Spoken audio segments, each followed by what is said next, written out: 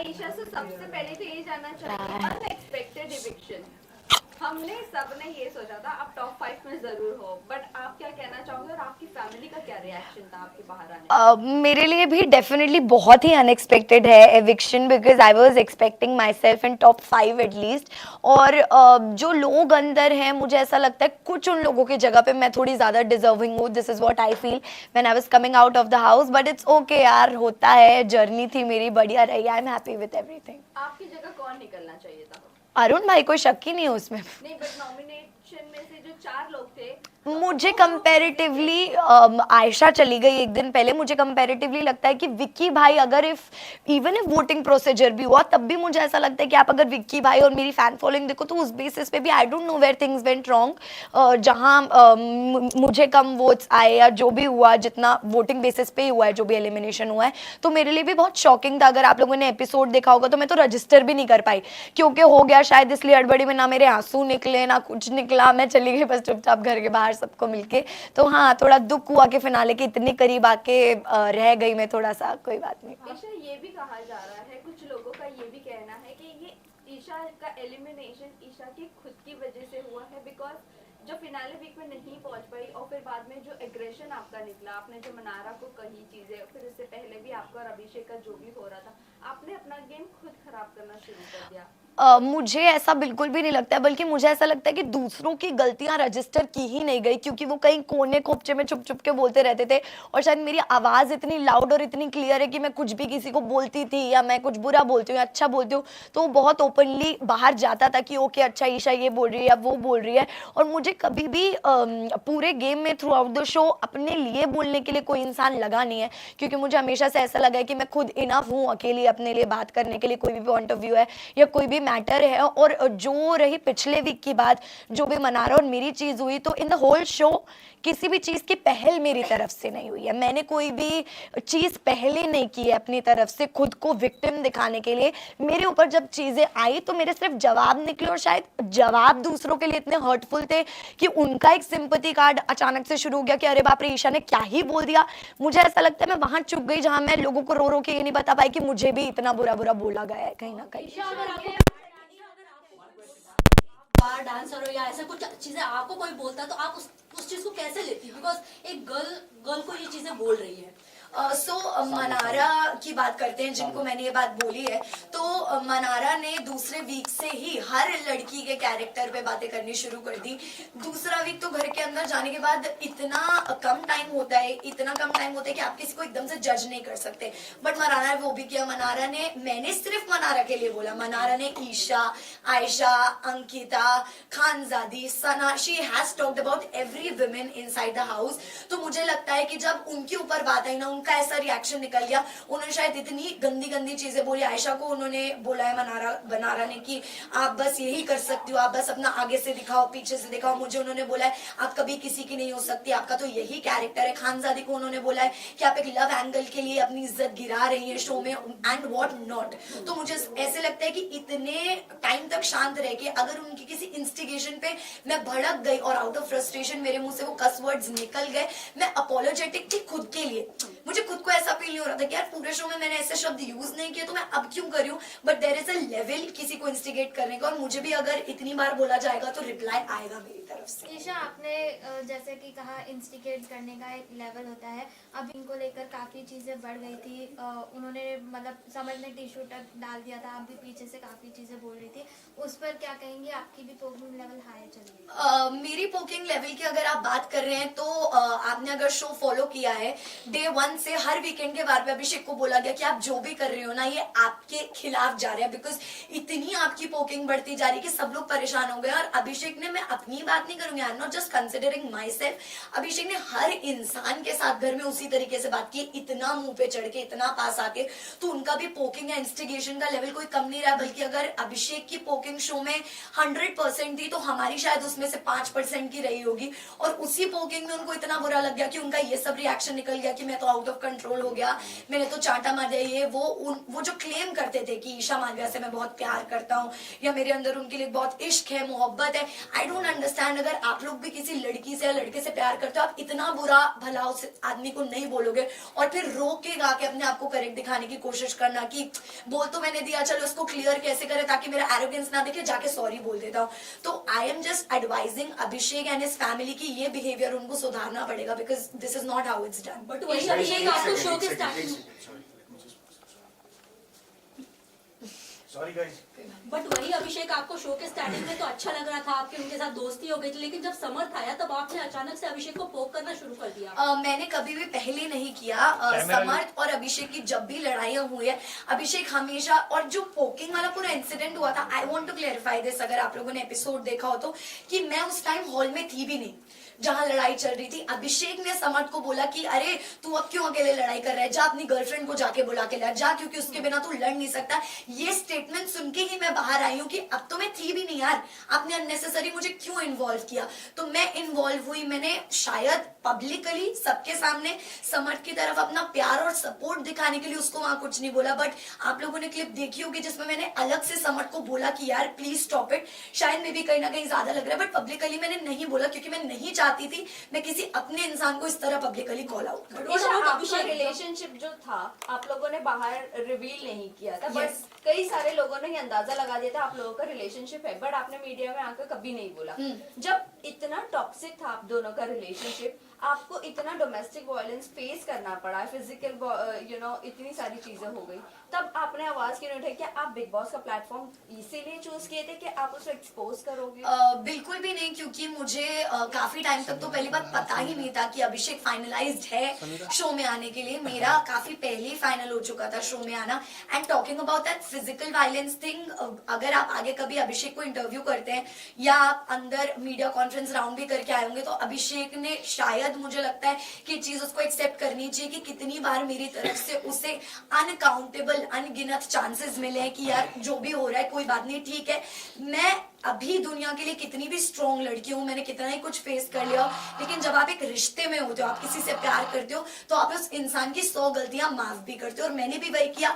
और वही मुझे ऐसा लगता है कि इस प्लेटफॉर्म पे आके मुझसे एक बहुत बड़ी बेवकूफी हुई कि मैंने उस चीज को तभी उसी टाइम कॉल आउट नहीं किया। So I am feeling like a fool कि मैंने तब नहीं बोला। और ईशा, आप जो है कहीं ना कहीं अभिषेक को टॉक्सिक कह रही है, लेकिन समर्थ भी वही चीजें आपसे आपके साथ घर में कर रहा था, आप पे कॉफी फेंकना, आपको बोला दूर हट जा मुझसे, मेरे पास मत आ, वही चीज वो कर रहा है, तो डिफरेंस क्या? समर्थ ने कभी मेरे ऊपर कॉफी नहीं फेंका है फर्स्ट ऑफ ऑल, और अगर आप बात कर रही हैं कि कभी कभी जो उसका बिहेवियर रहा है मेरे टुवर्ड्स, तो ये एक जनरल गर्लफ्रेंड बॉयफ्रेंड के बीच का रिश्ता होता है। अगर आप भी रिलेशनशिप में रहे होंगे आपको भी पता होगा कि 24/7 गुडी गुडी नहीं चल सकता कि तू मेरी बेबी है मैं तेरा बेबी हूँ, ये तो पॉसिबल ही नहीं है। कभी ना कभी मैं भी इरिटेट होंगी, सामने वाला इंसान भी इरिटेट होगा, पर वो कभी कभी हो और एक हद तक वो तो सही लगता है। मुझे कभी समर्थ की इरिटेशन अपने लिए बुरी नहीं लगी है, क्योंकि मुझे पता है ये कैसे भी करके मतलब मेरे काम से मुझे अलग नहीं करेगा। लेकिन जब चीजें रिलेशनशिप काम को इफेक्ट करने लग जाए, करियर को इफेक्ट करने लग जाए, देन इट बिकम्स टॉक्सिक।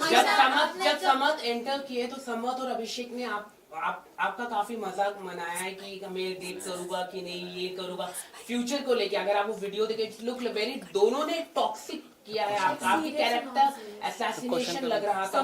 समर्थ ने और अभिषेक दोनों बात करते थे पूल में, तो उस पर आप क्या वो फुटेज आपने देखा है? मैं एग्जैक्टली वही रिप्लाई करने वाली थी कि मैं अभी बाहर आई हूँ। मुझे पहली बात तो ऑल ऑफ अ सडन 3 महीने बाद एक ऐसी जगह से बाहर निकल के मुझे सब कुछ बहुत ही नया लग रहा है। मैं गाड़ी में भी ट्रैवल कर रही हूँ, वो भी मुझे बहुत नया लग रहा है। फोन वगैरह everything is looking like it is very new to me, you no.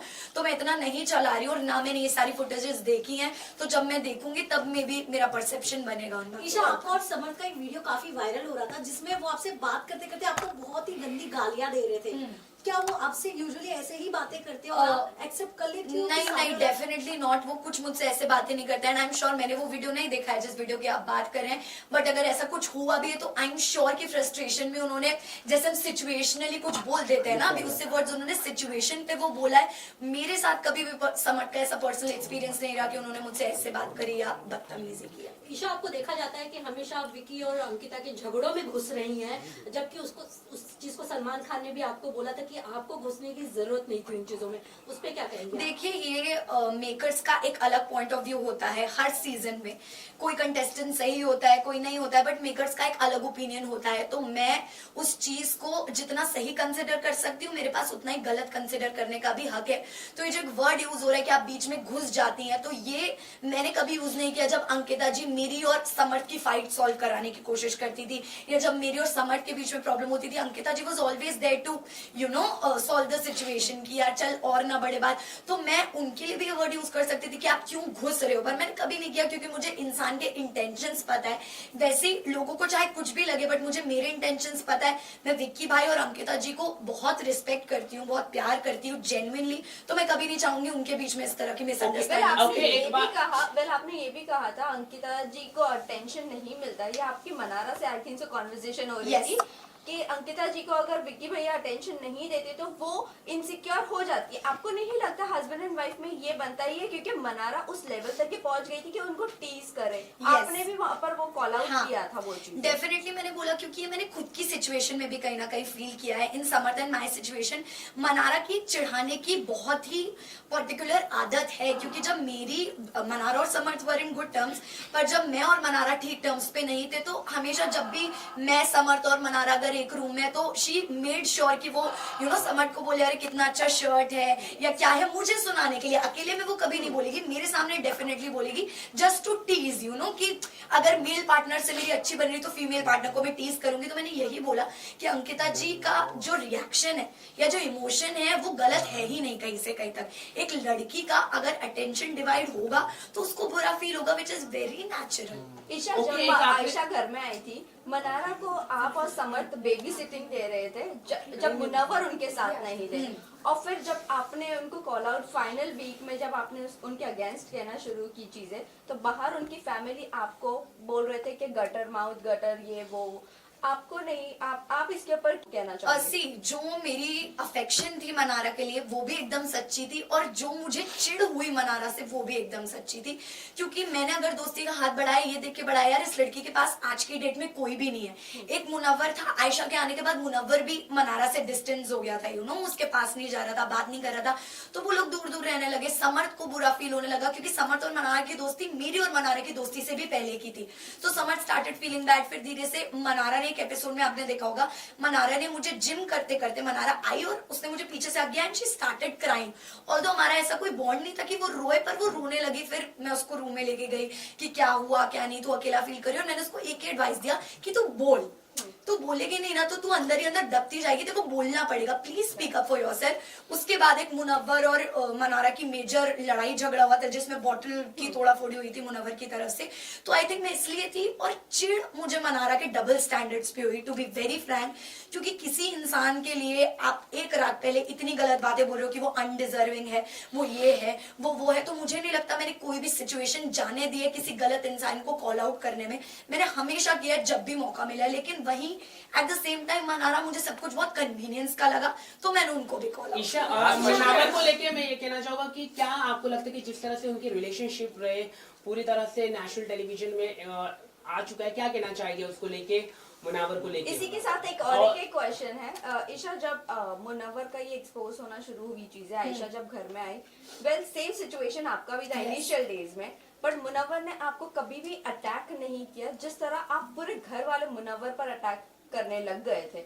सो इसके बारे में हम दोनों का वही क्वेश्चन। तो मैं क्लियर करना चाहूंगी इस बात को, तो सबसे पहले कि जरूरी नहीं है कि पब्लिक अटैकिंग ही पूरी अटैकिंग हो। मुनव्वर ने अभिषेक से अकेले में इतनी बातें की है कि यार तू क्यों इसके पीछे लगा रहता है, ये तो ऐसी है, ये तो वैसी है, नेशनल टेलीविजन पे एक्सेप्ट नहीं किया। और मजाक मजाक में बोलते ना मीठी छुरी, एक तो मुनव्वर ने मजाक मजाक में मुझे इतनी बार लेट डाउन फील कराया उस चीज के बारे में कि मेरे साथ अगर कुछ जिंदगी में गलत होगा ना तो मैं सोच लूंगा अरे यार मेरे साथ ईशा जितना गलत नहीं हुआ, तो मुझे भी ह्यूमिलेटेड फील होता था। पर मैंने कभी उस चीज का स्ट्रांगली अपोज नहीं किया उस चीज को कि अरे तू क्यों बोल रहा है, क्या बोल रहा है, क्या नहीं। और ना ही वो बात वीकेंड का बार पे उठाए गए, क्योंकि आई थिंक उतनी स्ट्रांगली नहीं बोला था।